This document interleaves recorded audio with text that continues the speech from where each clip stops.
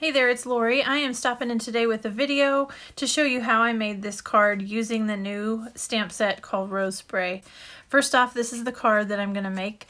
I'm going to use a stencil and a couple of different stamp sets to create this card. First off, here's the Rose Spray stamp set. This is a new stamp set from the April 2019 release. It is so pretty and so easy to use. So we'll be using this stamp set. I'm also going to be using the Rose Spray dies, the Halftone Squares, and of course some Altenew inks. The first thing I'm going to do is grab this classy striped stencil and I'm going to tape down this 4 1/4 by 5 1/2 inch card front right down on top of my workspace. First I'm going to add just a little piece of tape to the bottom of this card so it's taped down nice and tight to my workspace. I don't need the entire card front, so just taping off a little bit of the bottom won't hurt. Next I'm just going to line the top of this card up with that second line there of the stencil and I'm going to tape this down.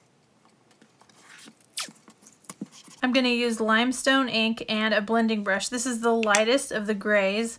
I'm just going to pick up some of this color and I'm going to brush just right across the top to get a fun striped image on this card. Since I won't be using the entire card front, I'm still going to cover all the lines, but that way I can kind of pick the best section of the card front. You can just peel up one side of the tape and just peek under to make sure that you've got the lines that you want. I think I'm happy with that, so I'm going to go ahead and remove all the tape. Next, I'm going to take the 2 leaf images and I'm going to just cover the front of this panel. I'm going to be using Frayed leaf for the larger image and I'll be using Forest Glades for the inside.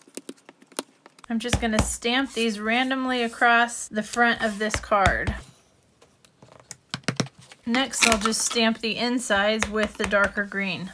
This inside image is very easy to line up, but because I'm just making this random background, it definitely doesn't need to be perfect. This darker color just adds some dimension to your background and it just gives these leaves such a fun look. Once you have your front panel stamped, you want to cut this down to a 4 1/4 by 4 1/4 inch square. Using the largest of the halftone squares, I'm going to lay this cut side down onto the stamped panel and make sure that's nice and centered. I'm going to use some post-it tape to just secure the corners down. I'll be running this through my die cut machine so it embosses rather than cuts. When you remove the die from the front, you can see that it's left an embossed frame along the top. I'm going to be doing the same thing to a white piece of cardstock as well.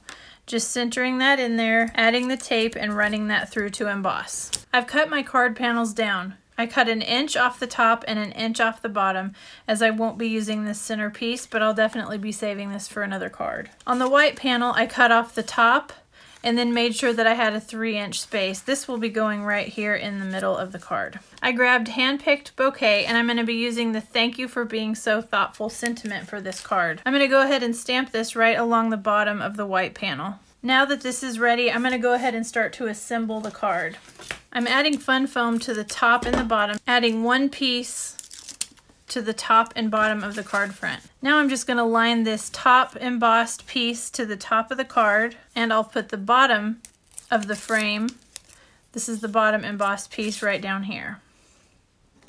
Next I'm going to add some more fun foam to the center panel and I'm going to center that right in between the 2 pieces. There should be a 1/4 inch between the top and bottom sections. This just gives your card front a fun separated look with that background embossing going all the way around. One tip: if you find yourself having a crooked panel, grab a Cricut spatula or some sort of a thin metal craft knife. You can lift your foam tape by just a little sawing motion and it will lift that up enough for you to be able to shift your panel. I've already stamped this large rose, which is so easy. It comes in 3 pieces. You've got a great dimensional rose that's very easy to line up. Next, I'm going to stamp the leaves again using the Frayed leaf. I'm going to stamp 2 of these. And I'll stamp the inside with Forest Glade.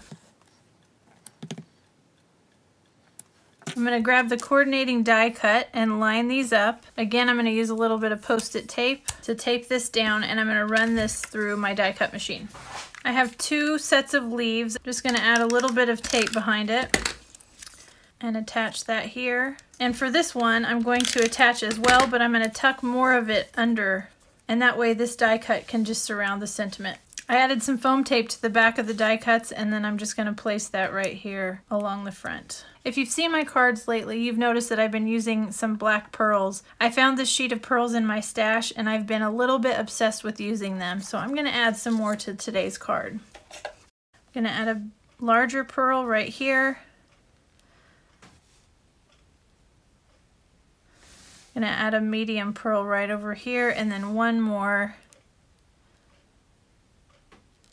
tiny one, if I can grab it, right up here.